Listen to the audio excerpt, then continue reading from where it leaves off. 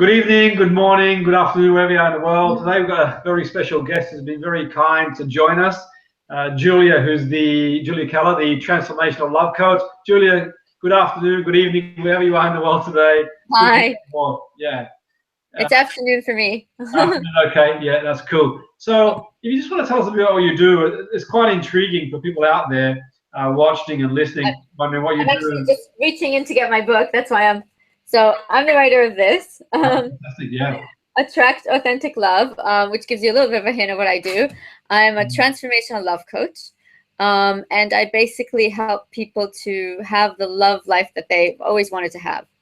And I do it on I have this methodology that I call Attract Authentic Love methodology. And so it starts with loving and working on yourself. Yeah. And then it moves on to figuring out what you want in your love life, in your life in general. But usually I focus on the love life. And then we move on to getting you out there. Yeah. So my whole thing is it's a mixture of traditional values with a modern twist. And there's a balance between channeling and action. That's really, yeah, it's fascinating, really. So people come to you and their goal is to find a partner, to find love, to improve themselves. Is anything specific that what's the main aim? Relationships is part of life, and so they people come to me initially because they want to either figure out their relationship or they want to get a relationship. Very much balanced on those fronts, both men and women. And they that's the first entry point. But then what usually kind of gets them in further is there's usually a self-confidence or, working on yourself issue that needs to be sorted, which is where I use the NLP and the hypnotherapy and all of this kind of stuff. So a lot of times people come because they just want to work on self-confidence, self-love, self-esteem. But usually they think of me as, okay, it's either I want to learn to love myself better, I want to learn to love somebody else better, or I want to learn how to make somebody else love me better. Make being a really, it's not a great word, but it's kind of, that's kind of the idea. How do I get someone to love me? Yes.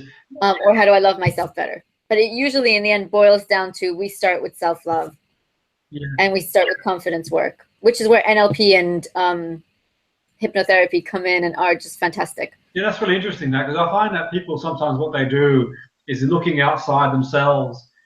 We live in a world where I come across a lot of people who come to me for various issues and ailments, and a lot of the time is they're looking externally.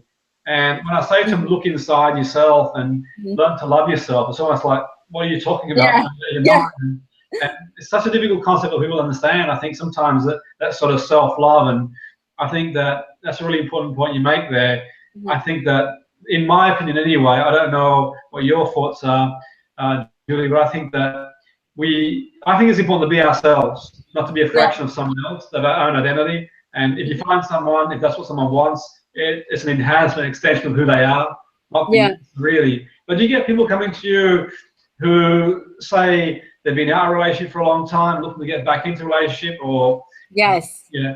Yeah, absolutely. All sorts, really. I mean, I had initially, I started with women who wanted to improve their femininity. And so their belief system was either they weren't self-confident enough in the way they looked or the way they were. They didn't feel lovable. They didn't feel that they were valuable enough to be loved. And so we worked very much on boosting the self-esteem, the self-value. And what I found was initially my training was just coaching. And I found that coaching really wasn't enough. And so then I'm like, okay, I need more. So then I got into the NLP. And then I wanted to go even deeper. So I got into the hypnotherapy, which, with all of these, it really helps me to help them to look inside and to develop that bit. And you're absolutely right in what you said. Initially I started to give people instructions, like this is how you pick somebody up. So I was more like a dating coach. But then it became very clear that what worked for one person doesn't work for another. And you have to really focus so much more on the authenticity and on just being happy with the person that you are, which is why I came up with authentic. Sorry, I don't know if you guys can see, but I have to take the occasion to show my book. So we kind of started working on the authentic, be authentically you. And once you feel authentically you, then find the person that fits the person that you authentically are. Meaning that you don't have to worry about the fact that not everybody will adore you. the idea isn't that you have 10 admirers. The idea is that you find that one special person that fits with you in a way that makes you happy for, what I would like to say, lifelong. Yeah, that's really interesting. And do you find that people who break up in a relationship, they then struggle to find another relationship? They carry a lot of the pain and the wounds of the past, and they project that. And you find that people, after they had breakup, can take them a long time, or maybe forever, really, to wash away that pain they've had. Yeah. Yeah. So the truth is, with when I studied psychology initially, one of the things they said was people who, you tend to get back into your comfort zone. Yes. If you're used to having a relationship, technically, you have more of a chance to get back into that same sort of relationship. So if you've been married before, even though you've been hurt and you've been, all this stuff has happened, you have more of a chance of getting married again than somebody who's never been married. You've been in relationships before, you have more of a chance to get back into a relationship because that's your status quo. You get used to that feeling of being with someone. Mm-hmm. But, and there's the but on this, obviously people, if you're very hurt, you're very damaged, and you decide to eschew relationships altogether and say, okay, I'm not going to do this again, because that feeling of fear, if you start developing that feeling of like, okay, now I have a fear of always being hurt or damaged, that's what will stay with you. And so a lot of times people come to me and say, okay, I need to get rid of that because I really want to try to get out there again. Yes, for sure. So they hibernate after their relationship finishes because they're so scared that, every relationship is going to be the same, which, as we know from NLP studies, yes, kind of, what makes you believe that the future is going to be like the past? There's no proof. Of course, yeah. I mean, I listen to both sides of the story, where I listen to women. They talk about their situations. Mm-hmm. They have their perception of men equally the same, women, and I sort of listen to what people have got to say, and sometimes I hear generalization. Men see women one way, women see men another way, and I'm not saying one is right or wrong, and so on and so forth. I find it quite interesting, really, for me, that people seem to be, at least from what I can see, not everybody, but I do come across a lot of people who are afraid of being on their own or spending time on their own.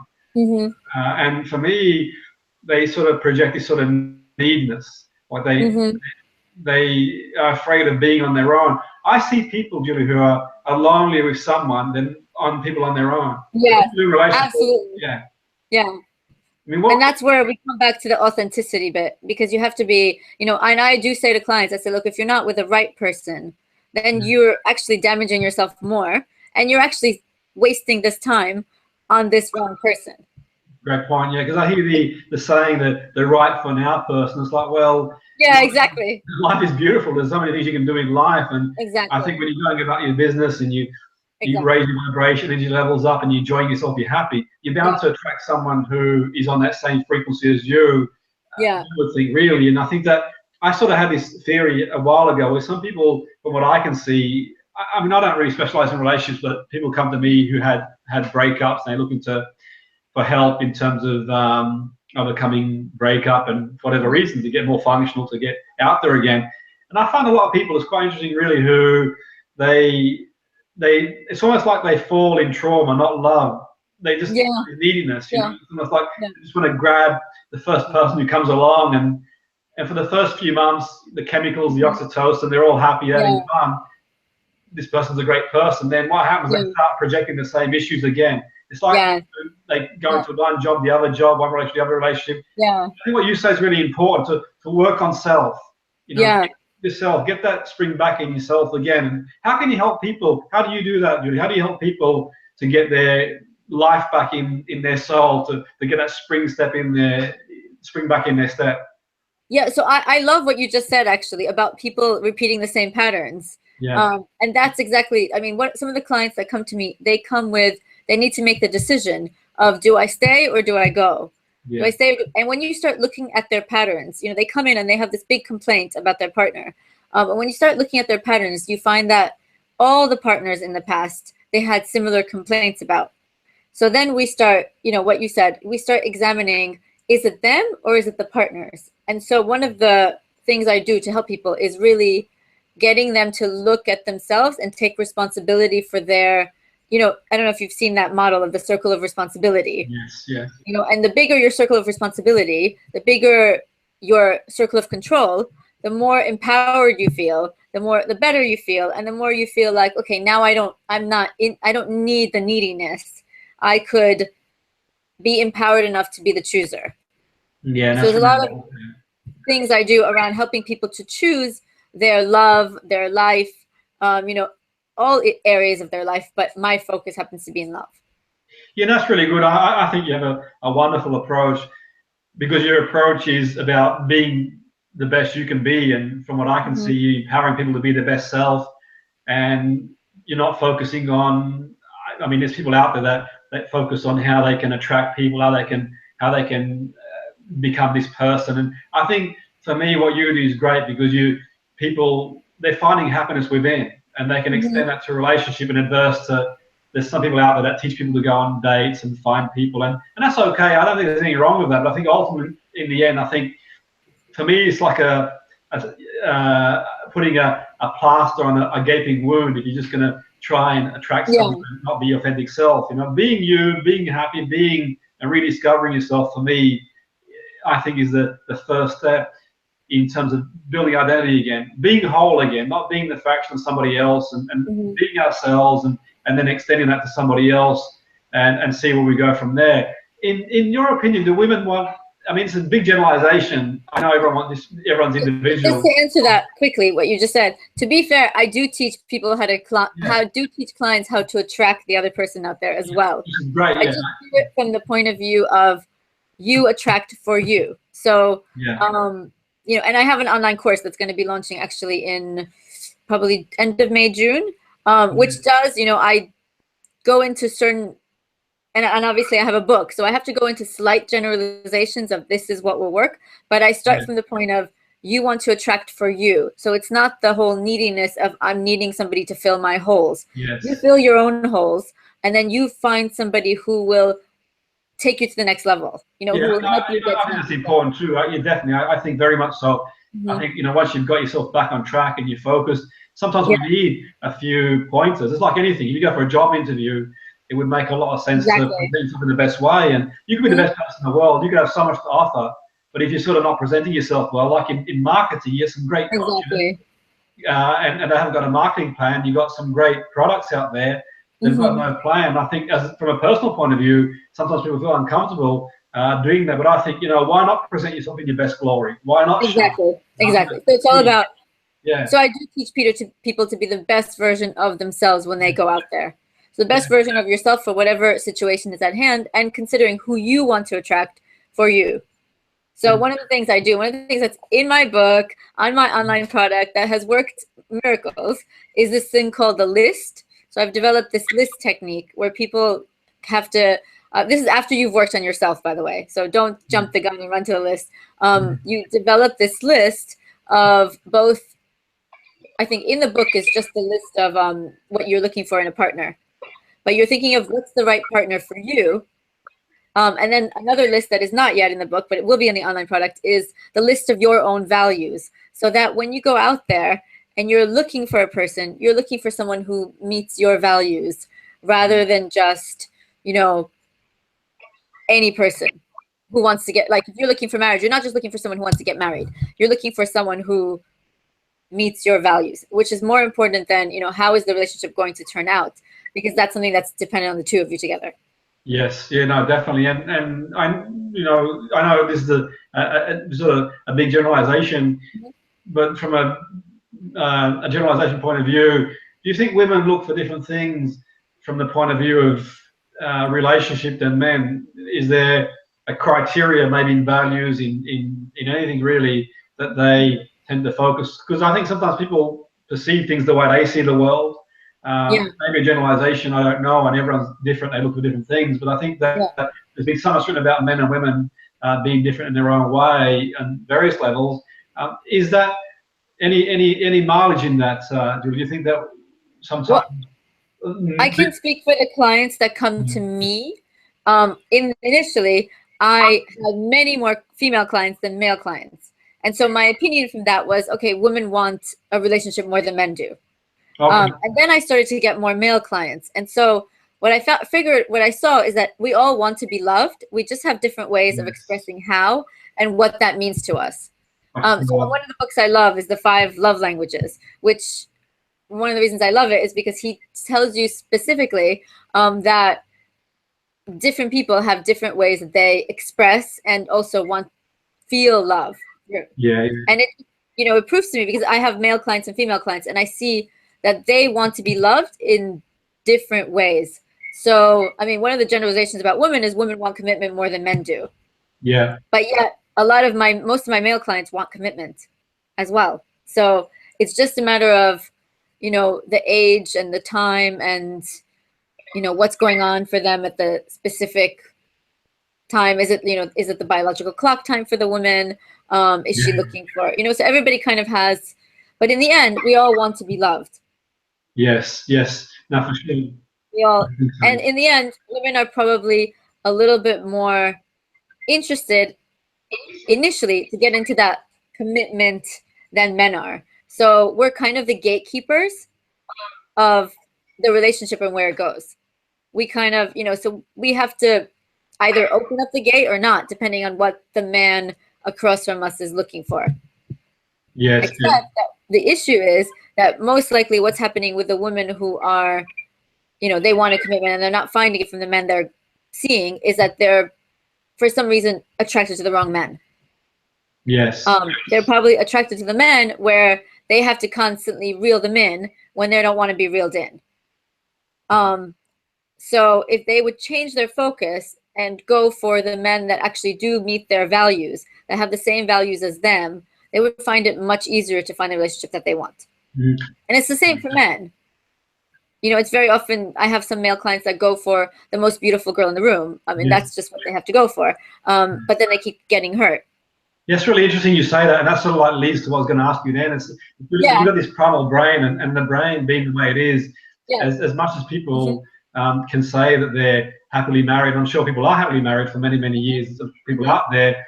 I think that from a primal point of view, we're going to be attracted to certain people, implicit memory, and it could be anything, really, association. I think that for me, in the world we live in these days, in this is my opinion, by the way, Julie, the way I see the world, I think it's maybe a little bit harder now to maintain a relationship together because values are changing faster. We're in contact with people more than we used to be. Social media these days, it's like if things aren't working out for people in a relationship, they've got more of an outlet rather than work.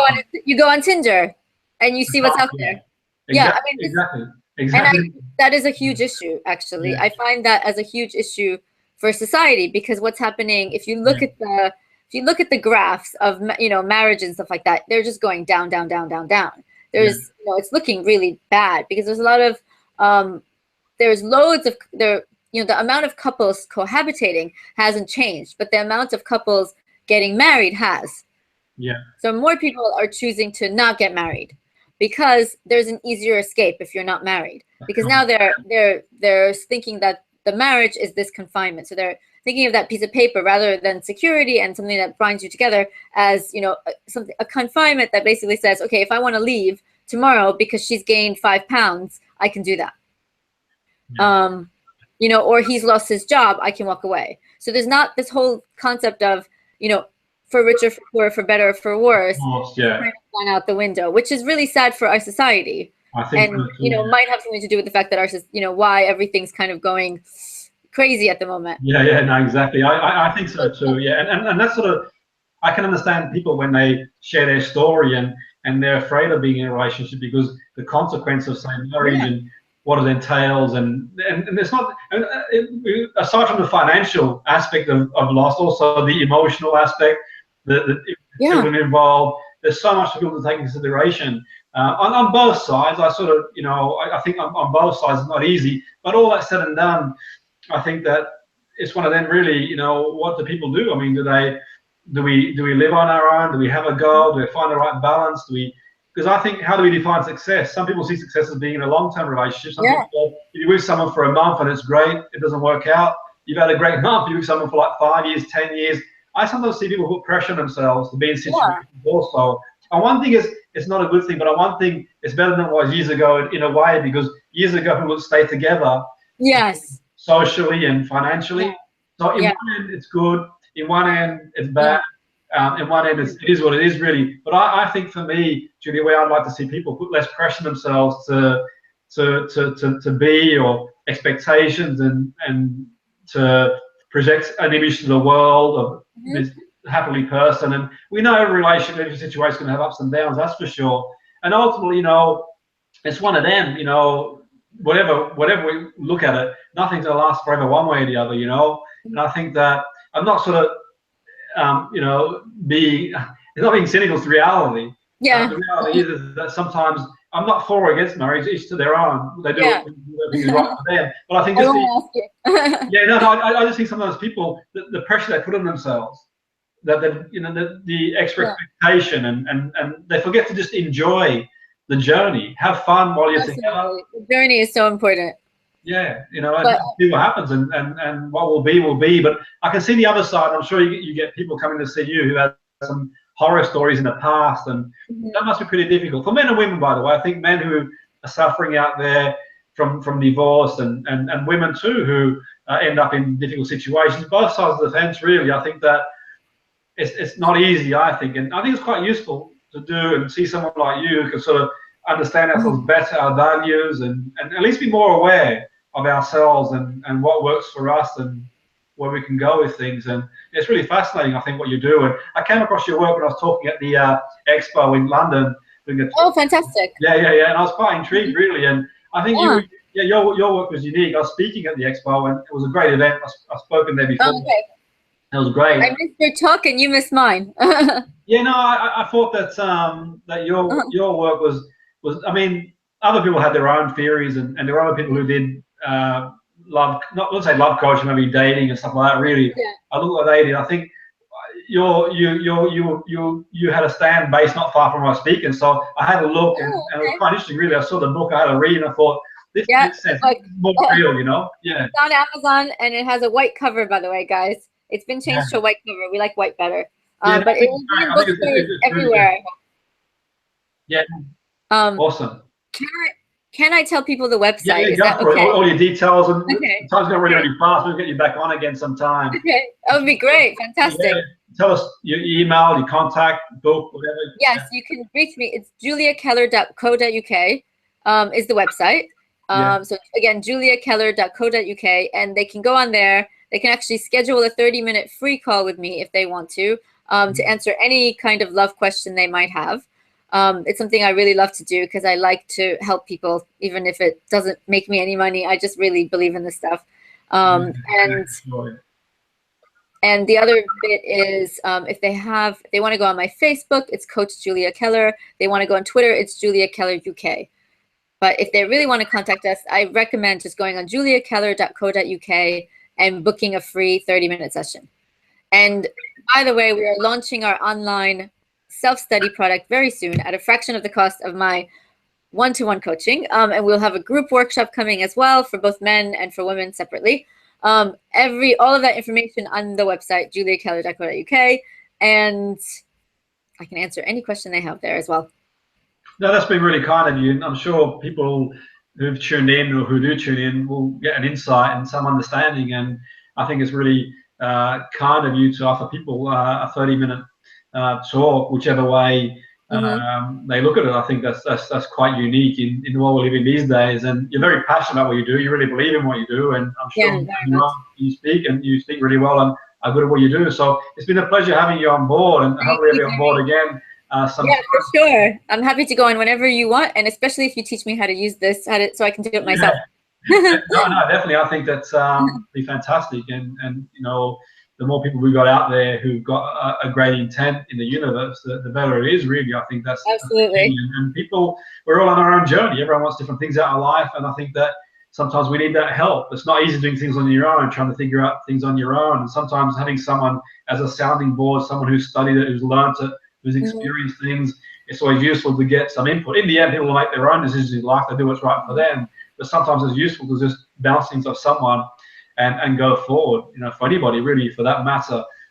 It's great to have that. But thank you for coming on board. I really appreciate it. Thank you. Have a fantastic evening and week, and we'll sure catch up again sometime. Thanks. Great. Thanks. Bye-bye.